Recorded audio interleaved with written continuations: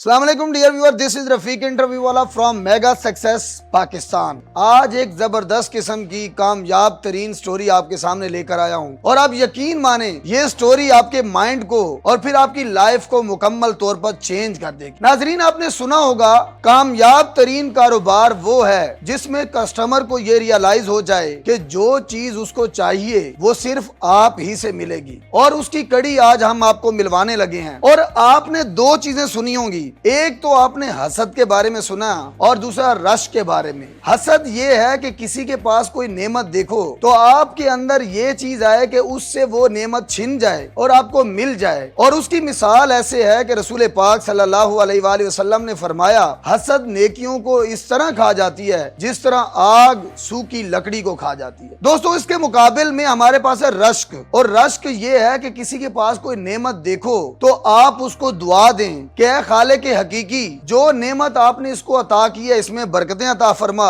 اور اس طرح کی نعمت اس ناچیز کو بھی عطا فرما۔ اگر یہی خصوصیت آپ کے اندر آ جائے گی تو آپ کامیاب ہو جائیں گے۔ آپ یقین کریں، یہ وہ جوان ہے جو 6,000 روپے سے لے کر 3 لاکھ روپے تک انہوں نے جاب کی، اور ریسنٹلی انہوں نے جس کو ریزائن کیا وہ ملک کی معروف کمپنی نیٹ سول ہے۔ 3 لاکھ روپیہ سیلری لینے والے یہ جوان بالآخر اس سے بھی مطمئن نہ تھے، کیونکہ ان کے اندر ایک رش کا جو عنصر تھا بچپن سے ہی انہوں نے اس کو بھانپ لیا تھا، اور آج الحمدللہ اس کی زندہ تصویر آپ کے سامنے ہوگی کہ 3 لاکھ روپے سے ایک بزنس شروع کیا۔ میرے عقب میں آپ کو نظر آ رہا ہے یہاں پہ پینٹس بنتے ہیں۔ جیسے میں نے آپ کو بتایا کہ کاروبار کامیاب ترین وہ ہوگا کہ جو کسٹمر کو یہ سمجھ لے کہ جو چیز اس کو چاہیے وہ صرف آپ ہی سے ملے گی۔ جی ہاں، تو یو کے کا ایک کامیاب ترین برانڈ وہ ان سے اپنا مال بنواتا ہے، اور یہ اپنا مال یہاں تیار کر کے یو کے بھیجتے ہیں اور دیگر کنٹریز میں بھی بھیجتے ہیں۔ یہ کاروبار عمران صاحب نے کیسے شروع کیا اور اس کاروبار تک پہنچنے کے لیے وہ کتنی پریشانیوں اور مصیبتوں سے دو چار ہوتے رہے، اور بالآخر یہ کاروبار کرنے میں کیسے کامیاب ہوئے، اس طرح کے بہت سارے سوالات ہم کریں گے۔ ہمارے ساتھ رہیے گا محمد عمران۔